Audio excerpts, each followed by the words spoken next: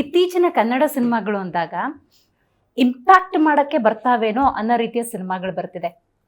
ಈ ಹಿಂದೆ ಬರ್ತಿದ್ದ ಸಿನಿಮಾಗಳು ನಾವು ಮಿಡಲ್ ಸ್ವಲ್ಪ ನೋಡೋದಾದ್ರೆ ಕಮರ್ಷಿಯಲಿ ಲವ್ ಸ್ಟೋರೀಸು ಈ ಥರದಿತ್ತು. ಬಟ್ ಇವಾಗೆಲ್ಲ ಥೀಮ್ ಓರಿಯೆಂಟೆಡ್ ಇದೆಯಲ್ಲ, ಈ ಟ್ವಿಸ್ಟ್ ಬಗ್ಗೆ ನಿಮ್ಗೆ ಏನು ಅನ್ಸುತ್ತೆ? ಅಂದರೆ ಸಮಥಿಂಗ್ ಕನ್ನಡ ಇಂಡಸ್ಟ್ರಿ ಅಂದರೆ ಬೆಳೀತಾ ಇರುವ ಅಥವಾ ಅಭಿವೃದ್ಧಿ ಹೊಂದಿರುವ ಈ ರೇಂಜಲ್ಲಿತ್ತು, ಡೆವಲಪಿಂಗ್ ಅಂತ. ಕನ್ನಡ ಚಿತ್ರರಂಗವನ್ನ ಬೇರೆ ಎಲ್ಲ ಚಿತ್ರರಂಗ ತಿರುಗಿ ನೋಡೋ ಹಾಗೆ ಈ ಥೀಮ್ಗಳು ಮಾಡ್ತಿದ್ದಾವಲ್ಲ, ಇದ್ರ ಬಗ್ಗೆ ಏನು ಹೇಳ್ತೀರಿ ಅಂತ?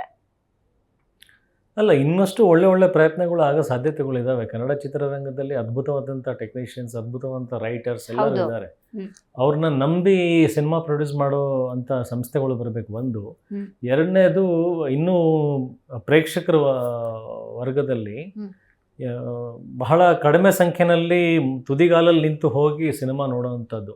ಅದು ಬಿಟ್ಟರೆ ಸಾಕಷ್ಟು ಪ್ರೇಕ್ಷಕರು ಇನ್ನೂ ಕೂಡ ಕನ್ನಡ ಚಿತ್ರರಂಗದಲ್ಲಿ ಒಳ್ಳೆ ಸಿನಿಮಾ ಬರಲ್ಲ, ನಾವು ಕನ್ನಡ ಸಿನಿಮಾ ನೋಡಲ್ಲ, ನಾವು ಮಲಯಾಳಂ ಸಿನಿಮಾ ಮಾತ್ರ ನೋಡ್ತೀವಿ, ಆ ಥರ ಮಾಡಲ್ಲ, ಈ ಥರ ಮಾಡಲ್ಲ ಕಂಪೇರ್ ಮಾಡಿಕೊಂಡೇ ಕೂತಿದಾರೆ ಹೊರತು ಅವ್ರಿಗೆ ಇನ್ನೂ ಅದು ತಲುಪ್ತಾ ಇಲ್ಲ. ನಾವು ಮಾಡ್ತಾ ಇದ್ದೀವಿ, ನಮ್ಮಲ್ಲೂ ಆ ಥರದ್ದು ಒಂದು ಒಳ್ಳೆ ಸಿನಿಮಾಗಳು ಬರ್ತದೆ ಅಂತ ಅವ್ರವರೆಗೂ ಹೋಗಿ ಅದು ರೀಚ್ ಆಗ್ತಾ ಇಲ್ಲ. ಅದು ಯಾಕೆ ಅಂತ ನಮ್ಗೆ ಗೊತ್ತಾಗ್ತಾ ಇಲ್ಲ. ಇದೇ ಇವಾಗ ಯುದ್ಧಕಾಂಡ, ಇವಾಗ ನಾನು ದೊಡ್ಡ ಯಶಸ್ಸು ಸಿಕ್ಕಿದೆ ನನಗೆ, ಇಲ್ಲ ಅಂತಲ್ಲ. ಬಟ್ ಒಂದು ತೆಲುಗುನಲ್ಲಿ ಬಂದಿರತಕ್ಕಂಥ ಒಂದು ಕೋರ್ಟ್ ಸಿನಿಮಾ ಯುದ್ಧಕಾಂಡಕ್ಕಿಂತ ಜಾಸ್ತಿ ಗಳಿಕೆ ಮಾಡಿದೆ ಕರ್ನಾಟಕದಲ್ಲಿ. ಒಂದು ಮಂಜುಮಲ್ ಬಾಯ್ಸ್ ಅನ್ನೋ ಒಂದು ಸಿನಿಮಾ ನಮ್ಗಿಂತ ಜಾಸ್ತಿ ಗಳಿಕೆ ಮಾಡಿದೆ. ಸೊ ಈ ಥರದ ಸಾಕಷ್ಟು ಉದಾಹರಣೆ ಕೊಟ್ಕೊಂಡು ಹೋದರೆ, ಒಂದು ಕಡಿಮೆ ನಮ್ಗಿಂತ ಕಡಿಮೆ ಬಜೆಟ್ ಇರೋ ಸಿನಿಮಾ ನಮ್ಗಿಂತ ಜಾಸ್ತಿ ಗಳಿಕೆ ಮಾಡ್ಕೊಂಡು ಹೋಗಿದ್ದಿದೆ. ಅದು ನೋಡಿದವ್ರು ಅಷ್ಟು ಜನ ನಮ್ಮ ಹೃದಯಶಾಲಿ ಸೋ ಕಾಲ್ಡ್ ಕನ್ನಡಿಗರು ಯಾರು ಕನ್ನಡದಲ್ಲಿ ಒಳ್ಳೆ ಸಿನಿಮಾ ಬರಲ್ಲ ಅಂತ ಹೇಳೋರು. ಸೊ ಅವರು ಕೂಡ ಹೌದು ಬರ್ತಾ ಇದೆ ಅಂತ ಅವರಿಗೂ ಮನವರಿಕೆ ಆದರೆ ಕನ್ನಡ ಚಿತ್ರರಂಗ ಇದಕ್ಕಿಂತ ಇನ್ನೂ ದೊಡ್ಡ ಬಿಸ್ನೆಸ್ ಮಾಡುತ್ತೆ. ಸೊ ಆ ಥರ ಕಂಟೆಂಟ್ ಸಿನಿಮಾ ದೊಡ್ಡ ಬಿಸ್ನೆಸ್ ಮಾಡುತ್ತೆ ಅಂತ ಗೊತ್ತಾದಾಗ ಇನ್ನೊಂದಷ್ಟು ಮೇಕರ್ಸ್ ಮುಂದೆ ಬರ್ತಾರೆ, ಇನ್ನೊಂದಷ್ಟು ಮುಂದೆ ರೈಟರ್ಸ್ ಮುಂದೆ ಬರ್ತಾರೆ. ಅಟ್ಲೀಸ್ಟ್ ಇಂಥ ಸಿನಿಮಾ ಬಂದು ನೋಡಿದ್ರೆ ರಿಯಲೈಸೇಷನ್ ಆಗುತ್ತೆ. ಹೌದು ಇನ್ನೂ ಭಾರಿ ಸಂಖ್ಯೆಯಲ್ಲಿ ಬರಬೇಕು. ಯಾರ್ಯಾರು ಬಂದಿದ್ದಾರೆ ಅವ್ರಿಗೆ ನಾನು ಕೈ ಮುಗಿದು ಧನ್ಯವಾದಗಳನ್ನ ಹೇಳ್ತೀನಿ. It's A great contribution. ಮನೆಯಿಂದ ಬಂದು ಥಿಯೇಟರ್ ಸಿನಿಮಾ ನೋಡ್ತಾ ಇದ್ದಾರಲ್ಲ, ಒಳ್ಳೆ ಕಂಟೆಂಟನ್ನು ಗುರುತಿಸ್ತಾ ಇದ್ದಾರೆ.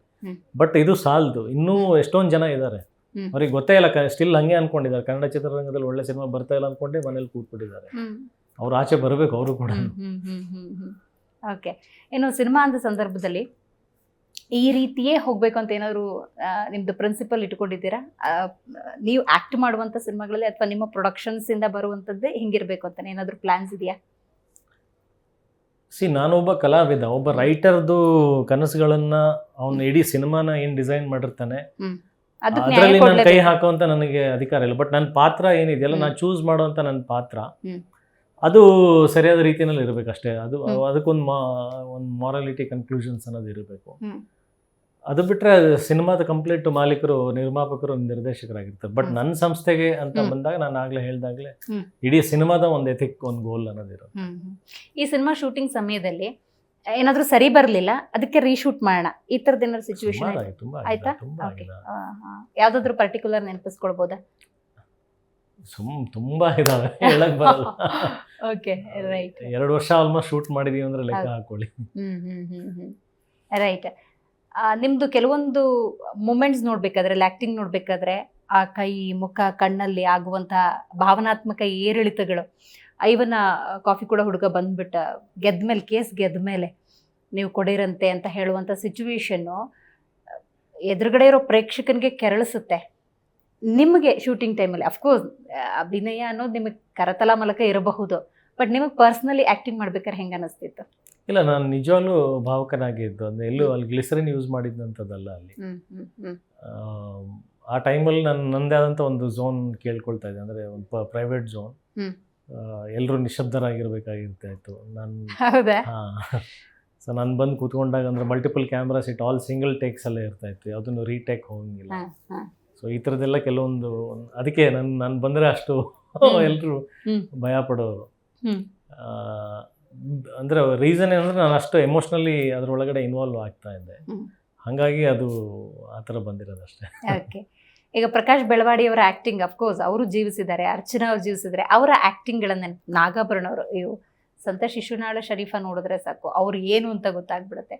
ಅಂಥ ಒಂದು ಸಿನಿಮಾಗಳನ್ನು ಕೊಟ್ಟವರು, ನಟಿಸಿದವರು ನಿಮ್ಮ ಸಿನಿಮಾದಲ್ಲಿದ್ದಾರೆ. ಅವರ ಪಾತ್ರ, ಅವರ ಅಭಿನಯವನ್ನು ನೀವಿಲ್ಲಿ ನೆನಪು ಮಾಡ್ಕೊಳ್ಳೋದು? ಎಂಜಾಯ್. ನಾನು ಅದನ್ನೇ ಹೇಳಿದೆ, ಒಳಗೇನೆ ಹ್ಮ್. ದೀಪಾವಳಿ ಎಲ್ಲ ಪಟಾಕಿ ಎಲ್ಲ ಹೊಡೆದ ಅಂದರೆ ಆ.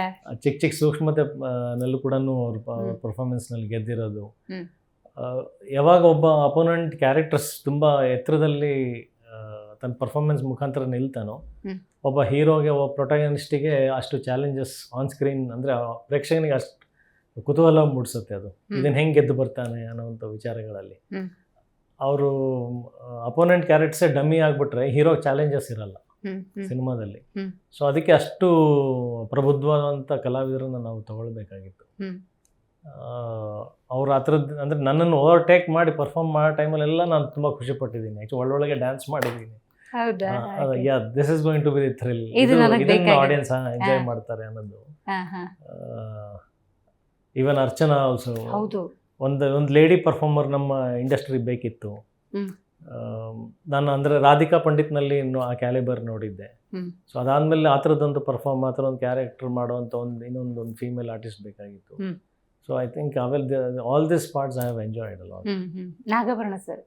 ಅದೇ ನಾಗಾಭರಣ ಸರ್ ಬಗ್ಗೆನೇ ನಾನು Okay. ಪ್ರಕಾಶ್ ಪ್ರಕಾಶ್ ಬೆಳವಡಿ ಅವರು ಬೆಳವಡಿ. ನಾಗಾಭರಣ ಸರ್ ಅವರು ಅಂದರೆ ಆ ಸೂಕ್ಷ್ಮತೆಗಳ ಬಗ್ಗೆ ಹೇಳಿದ್ದೆ ನಾನು ನಾಗಾಭರಣ Okay. ಸರ್ ಬಗ್ಗೆನೇ. ಹಾ, ಹಾ. ಹ್ಮ್. ಜಡ್ಜ್ ಸ್ಥಾನದಲ್ಲಿ ಕೂತ್ಕೊಂಡು ಕೂಡ ಏನು ಡೈಲಾಗ್ಸ್ ಕೆಲವೊಂದು ಕಡೆ ಇಲ್ಲದೆ ಇದ್ರು ಬರೀ ಕಣ್ಣಲ್ಲೇ ಹೌದು. ನಾನು ನೋಡ್ತಾ ಇದ್ದೆ, ಆಡಿಯನ್ಸ್ಗಳು ನಗ್ತಾ ಇದ್ರು, ಹ್ಮ್. ವಿಸಿಲ್ ಕೊಟ್ಟಿದ್ದಿದೆ ಹ್ಮ್. ನಮ್ಮ ಯುದ್ಧಕಾಂಡ ಸಿನಿಮಾ. ಹೌದು, ಹೌದು. ಅಂದರೆ ವಿತೌಟ್ ಡೈಲಾಗ್ಸ್ ಕೂಡ ಅಷ್ಟು ಹ್ಮ್. ಪ್ರಶಂಸೆನ ಗಿಟ್ಟಿಸ್ಕೊಂಡು ಬಲ್ಲದಂಥ ಆರ್ಟಿಸ್ಟ್ ಅವರು. ಓಕೆ. ಸೊ ಈ ಸಿನಿಮಾ ಮಾಡಿ ಒಂದು ಆತ್ಮತೃಪ್ತಿ ಅಂತೂ ಡೆಫಿನೆಟ್ಲಿ ಅಜಯ್ ಅವರಿಗೆ 100% ತುಂಬ ಖುಷಿ. ರೈಟ್. ನೆಕ್ಸ್ಟ್ ಯಾವಾಗ ನೆಕ್ಸ್ಟ್ ಪ್ರಾಜೆಕ್ಟ್ ಬಗ್ಗೆ ಅನೌನ್ಸ್ ಮಾಡ್ತೀರಿ? Very shortly. ಹಾ. ಫಸ್ಟ್ ಇದರದೆಲ್ಲ ಸಂಭ್ರಮವನ್ನು ಕಂಪ್ಲೀಟ್ಲಿ ಜೀವಿಸೋಣ, ಓಕೆ. ಜೀರ್ಣ ಆಗಲಿ, ಜೀವಿಸೋಣ, ಹಾ. ಇದನ್ನ ಎಂಜಾಯ್ ಮಾಡೋಣ first. Hmm. Back to back ಒಂದು 3 ಸಿನಿಮಾ ಅನೌನ್ಸ್ ಆಗ್ತವೆ ಇವಾಗ. ಹ್ಮ್. ಹ್ಮ್. ಹ್ಮ್.